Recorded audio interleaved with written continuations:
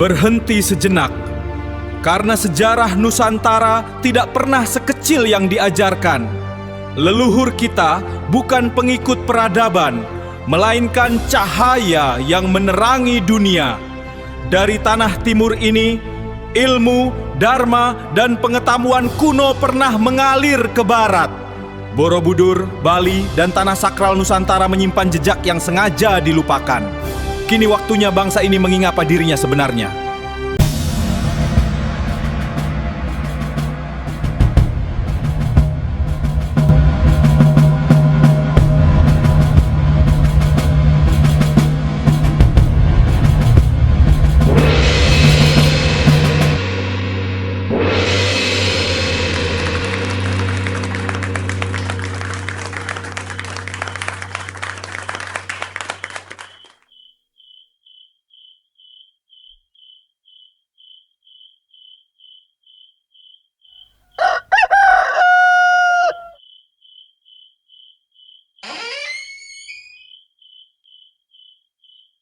Coba bayangin, sejarah awal peradaban Asia itu kayak jalan satu arah.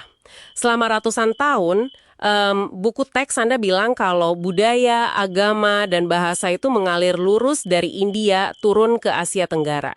Tapi pertanyaannya, gimana kalau rambu lalu lintasnya ternyata kebalik? Itu klaim yang sangat menantang ya. Karena ini kan membongkar total dogma sejarah Indianisasi yang selama ini kita pelajari di sekolah.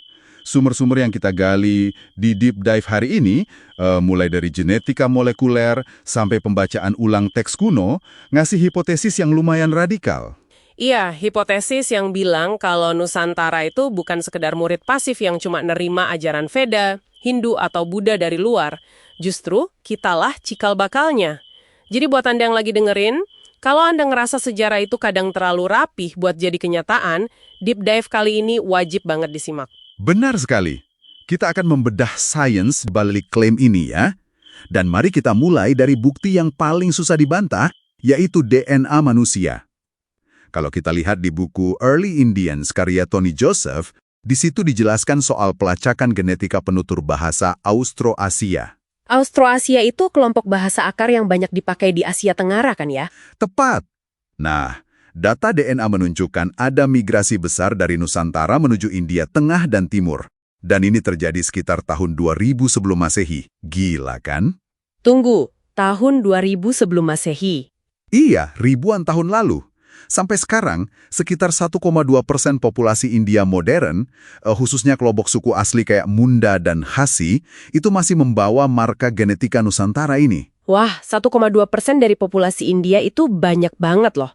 Tapi dari mana kita tahu mereka benar-benar menetap dan ngasih pengaruh besar di sana? Kuncinya ada di jejak agraris. Secara material, migrasi genetik ini terjadi persis barengan sama proses hibridasi padi Indica dan Japonica di India. Jadi, leluhur Nusantara ini gak dateng dengan tangan kosong. Oh, mereka bawa teknologi. Betul, mereka membawa teknologi pertanian mutakhir yang akhirnya jadi fondasi peradaban menetap di sana. Berarti mereka bawa semacam revolusi pangan ya? Kalau kita pinjam metafora dari buku Joseph tadi, identitas India modern itu ibarat pizza.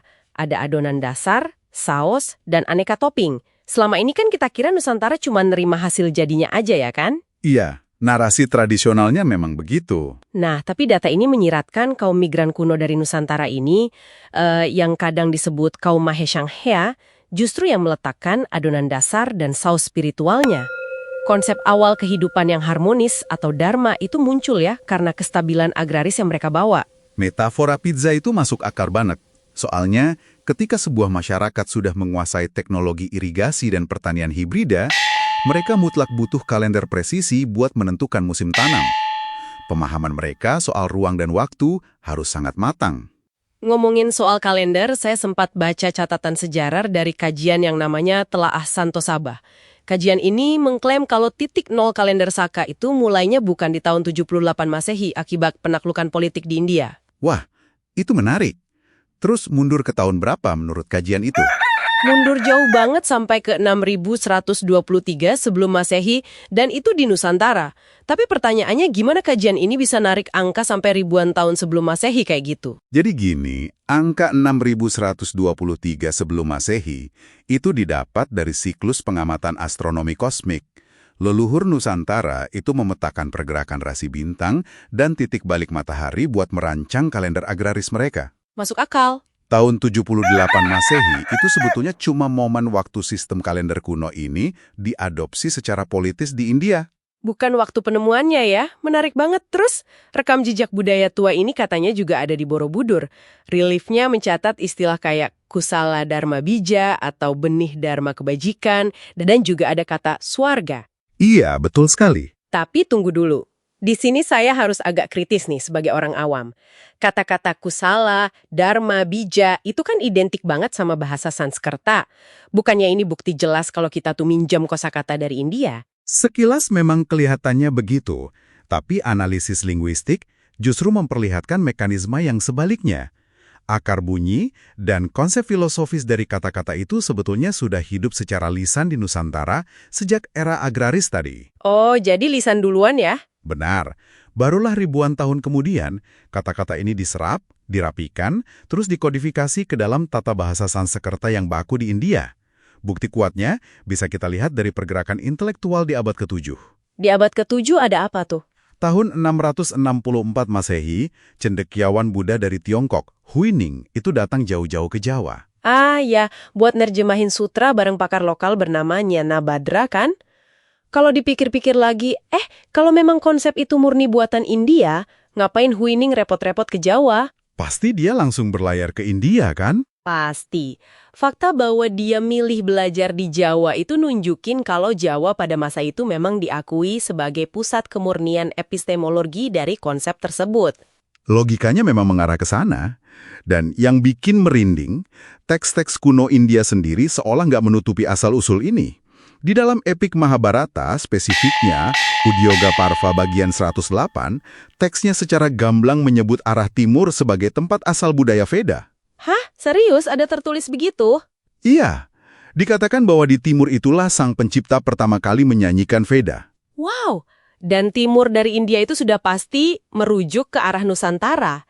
Ini sinkron banget sama temuan naskah kuno Buana Tatwa di Bali yang mencatat silsilah Rishi Markandeya. Beliau ini kan dikreditkan sebagai perintis sistem irigasi subak yang pakai filosofi Trihita-karana itu. Tepat sekali. Kalau peradaban kita memang cuma hasil fotokopi dari India, logika sederhananya, kita pasti bakal menemui sistem irigasi kuno yang persis kayak subak di India sana. Tapi nyatanya nggak ada kan? Nggak ada padanannya sama sekali. Subak itu murni inovasi ekologis lokal Nusantara. Ini bukti fisik. Kalau alur transfer teknologinya bergerak keluar dari Nusantara, bukan ke dalam. Genetika cocok, terus bukti agraris dan astronomi selaras. Teks kunonya juga saling mengkonfirmasi ke arah yang sama ya. Betul, semuanya bermuara ke satu kesimpulan yang sama.